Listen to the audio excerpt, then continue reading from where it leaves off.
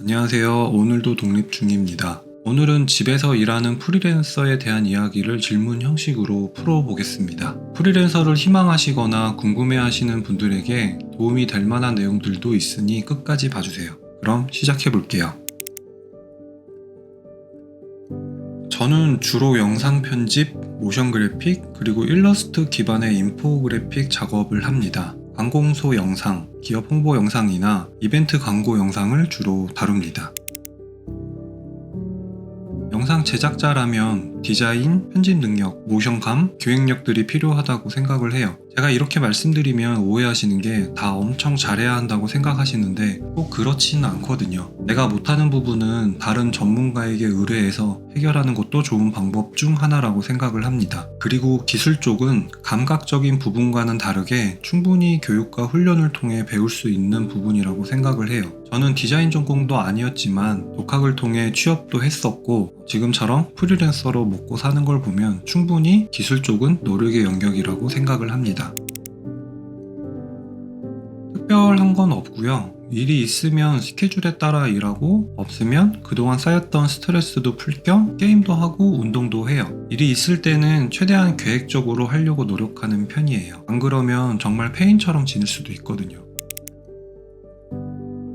크문 같은 온라인 플랫폼을 이용하는 것을 추천드려요. 수수료가 조금 높다고 느낄 수도 있는데 안정적인 거래와 마케팅 비용을 감안했을 때는 충분히 합리적인 가격이라고 생각을 합니다. 제가 팁 하나를 드리자면 크문 같은 플랫폼 서비스는 첫 거래 용도로만 사용하시길 추천드려요. 결제 후에는 연락처를 공유해도 제재를 받지 않거든요. 그리고 업무 진행상 메시지로는 한계가 있어서 어쩔 수 없이 연락처를 공유해야 하거든요. 그렇게 첫 번째 거래가 성공적으로 끝나면 두 번째 거래부터는 다이렉트로 거래하시면 돼요. 그리고 프리랜서라도 사업자 등록증은 꼭 내시길 추천드려요. 중견기업 이상들은 세금 계산서 발행이 되고 안 되고가 매우 중요하거든요. 크문 같은 플랫폼을 잘 활용하면 처음 시작하는 프리랜서라도 충분히 새로운 고객을 찾을 수 있다고 생각을 합니다. 시장 평균 가격보다는 본인이 받아야 할 가격을 중심으로 생각하시는 게 좋아요. 이게 무슨 말이냐면 본인이 하루 종일 일했을 때 안 억울하다 정도의 최소 금액을 정하고 클라이언트가 제시한 기획안이나 스토리보드, 콘티 등을 보고 프로젝트의 작업 일수를 계산하면 돼요. 그리고 더빙이나 음악 구매 같은 부가적으로 비용이 발생하는 부분들은 견적에 따로 추가하는 방식으로 견적을 내요. 이렇게 하면 최소한 내 인건비는 보장하기 때문에 크게 손해보는 일은 없어요. 그렇다고 무조건 싸게 한다고 좋은 건 아니니까 이 점 참고해 주시면 좋아요. 저는 네이버 캘린더를 이용해서 일정 관리를 하는 편이에요. 아이폰, 맥, 윈도우 다양한 기종에서 일정을 확인할 수 있거든요. 여기서 팁 하나를 드리자면 저는 첫 시한 일정을 제 시간이 있더라도 최대한 뒤로 미뤄서 잡고 실제로 첫 시한은 약속보다 빨리 보여드리려고 노력을 하는 편이에요. 이렇게 하면 클라이언트에게 좋은 인상을 남길 수 있거든요. 1인 회사다 보니 아무래도 견적 부분에서 많이 유리한 편이에요. 특히 첫 거래 클라이언트들은 실력보다 견적을 우선시하는 경우들이 많거든요. 첫 거래 견적은 최대한 클라이언트의 상황에 맞춰서 진행을 해드리고 그리고 추가적인 거래가 발생했을 때는 제가 원하는 수준으로 올려서 받아요. 지금 하고 있는 오늘도 독립 중 유튜브 운영이에요. 저한테는 좀 특별한 프로젝트이거든요. 지금은 영상 제작 프리랜서로 콘텐츠를 채용하고 있지만 이 프로젝트가 잘 돼서 나중에 경제적 독립에 대한 이야기도 해보고 싶어요. 처음 프리랜서 하시는 분들이 착각하시는 게 나 혼자서 모든 걸 다 해야 한다고 생각을 하세요. 제가 주로 하는 영상들이 일러스트 기반의 모션 그래픽들인데 일러스트 소스들은 제가 만든 것들이 아니고 전문 작가님께 의뢰를 하거든요. 특별한 경우가 아니라면 내가 못하는 걸 굳이 새롭게 배워가면서 하는 것보다 전문가한테 맡기는 게 제 경험상 더 좋았어요. 물론 버는 금액이 줄어들지만 그것보다 차라리 결과물이 좋게 나와서 추가적으로 일을 따내는 게 저는 더 중요하다고 생각하거든요. 가장 큰 장점은 회사 때보다 더 잘 번다? 가장 큰 단점은 회사 때보다 더 힘들 때가 많다 정도가 될 것 같아요.